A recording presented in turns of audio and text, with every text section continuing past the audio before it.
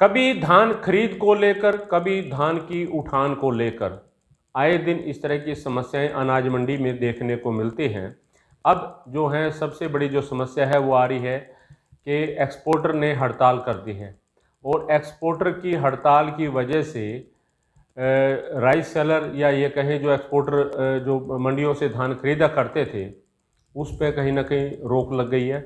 उसकी वजह से आड़ती परेशान है और किसान परेशान है। हमारे साथ आड़ती एसोसिएशन के जिला महामंत्री धर्मपाल मथाना हैं, इनसे बातचीत करेंगे। क्या कहेंगे, एक्सपोर्टर हड़ताल पर हैं, उसका क्या प्रभाव पड़ रहा है? सबसे पहले तो मैं आप लोगों का यहाँ पहुँचने पर हार्दिक अभिनंदन करता हूँ, स्वागत करता हूँ।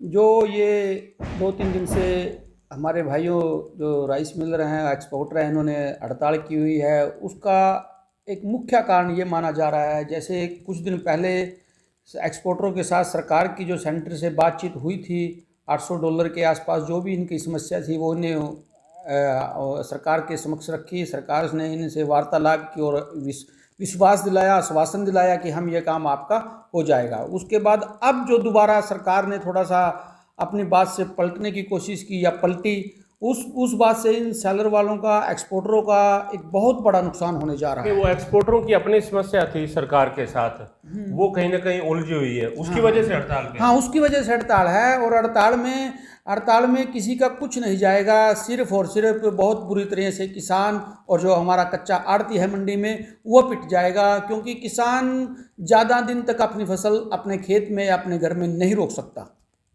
तो है क्या कि जो एक्सपोर्टर हैं उनको कहीं ना कहीं परेशानी है, सरकार के साथ उनकी कई मांगे हैं, सरकार के सामने उन्होंने अपनी मांगे रखी हुई हैं, उनकी मांगे पूरी नहीं हुई, यही वजह है कि वो हड़ताल पर हैं, जिसका खामियाजा जो है आड़ती और किसान भुगत रहे हैं। इसका जो प्रभाव है किसानों पर भी पड़ेगा?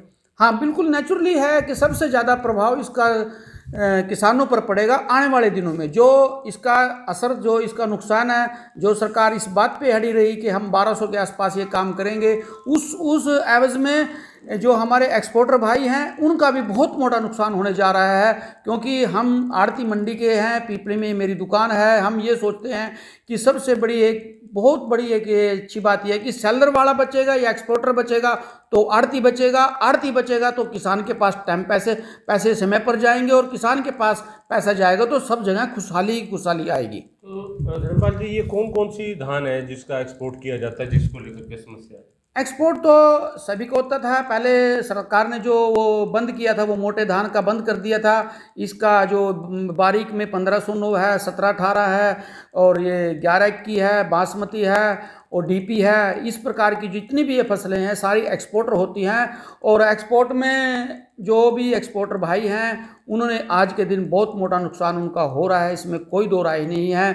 हम पीपली अनाज मंडी एसोसिएशन की तरफ से, मैं जिला महासचिव की तरफ से और मैं स्टेट में कार्य करने सदस्य होने के नाते से अपनी एसोसिएशन की तरफ से सरकार से निवेदन करना चाहता हूं कि इन एक्सपोर्टरों के साथ बैठकर मिलजुल कर बातचीत कर लेनी चाहिए और कहीं ना कहीं आपस में जब तालमेल मिल जाएगा तब ये एक्सपोर्टरों की हड़ताल है वो बंद हो जाएगी। आज की डेट में कहीं भी किसी भी प्रकार का कोई बारीक दान नहीं बिक रहा है, क्योंकि ये अपना जो जिम्मेदार है बेचारा तो मैंने गलत शब्द प्रयोग किया, वो बेचारा नहीं है, वो तो हमारे देश की एक रीढ़ की हड्डी है, अन्नदाता है इस देश का। उसके बारे में अगर जो वो भी परेशान हो गया तो मेरी समझ में फिर बहुत दिक्कत आएगी, क्योंकि वो अन्नदाता है, वो सारे देश का, सारे हमारे देश से बाहर जितना चावल जाता है विदेशियों का, इनका सबका पेट भरता है, चावल से, गेहूं से, हर एक चीज से। डिमांड है कि जल्दी से जल्दी हमारा निवेदन है सरकार से कि एक्सपोर्टर के साथ मिलजुल कर बैठकर ये बात